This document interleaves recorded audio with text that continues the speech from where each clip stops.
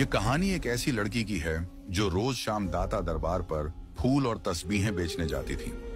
उस रोज भी वह अपना सामान समेटकर घर जाने की तैयारी कर रही थी कि अचानक एक नौजवान उसके सामने आकर खड़ा हो गया। लड़की पहले तो घबरा गई, लेकिन फिर उसने हिम्मत करके पूछा, दरबार तो बंद हो चुका है, आपको फूल किस लिए चाहिए? लड़के ने जवाब दिया, मेरा तो यही वक्त होता है दरबार पर आने का, मैं इसी वक्त हाजिरी देने आता हूं। लड़की को यह बात अजीब लगी, क्योंकि उसने पहले कभी इस वक्त उस लड़के को नहीं देखा था, मगर वह जितनी जल्दी हो सके घर पहुंचना चाहती थी, इसीलिए ज्यादा सवाल नहीं किए। लड़के ने फूलों की कीमत देने की कोशिश की, लेकिन लड़की ने पैसे लेने से मना कर दिया और वहां से जल्दी जल्दी निकल पड़ी।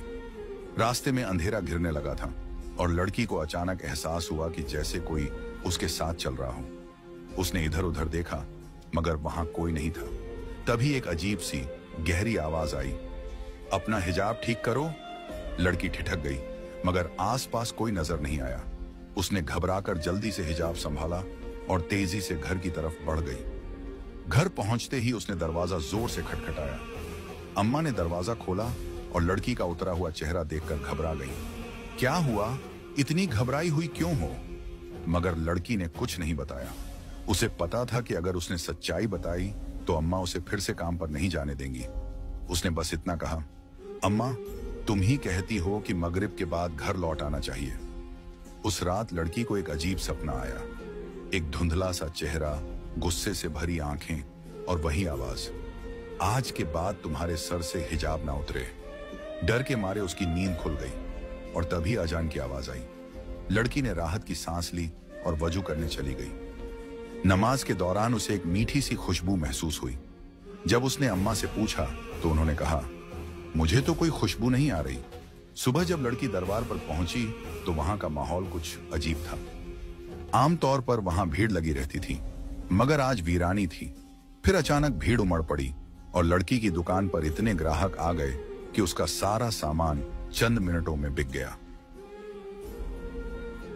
मगर फिर वही नौजवान उसके सामने खड़ा था। कुछ फूल मिल सकते हैं? लड़की ने कहा, आज तो सारा सामान बिक चुका है। लड़का हल्की मुस्कान के साथ बोला, एक बार देख तो लीजिए, शायद मेरे लिए कुछ बचा हो। लड़की ने अचरज से खाली जगह की तरफ देखा, जहां उसका सारा सामान बिक चुका था। मगर जब उसने फिर देखा तो पूरा सामान ज्यों का त्यों रखा था। उसके रोंगटे खड़े हो गए। ये कैसे मुमकिन था? लड़का मुस्कुराया और कहा, अब तो फूल दे देंगी ना? लड़की ने चुपचाप फूल निकालकर उसे दी। जाते जाते लड़के ने एक बात और कही, हर बात पर परेशान मत हो जाया करो, और तुम्हारी अम्मा जहां शादी करने का कह रही हैं वहीं कर लो, तुम्हारे लिए बेहतर होगा। लड़की सन्न खड़ी उसे जाते हुए देखती रही। यह शख्स आखिर कौन था?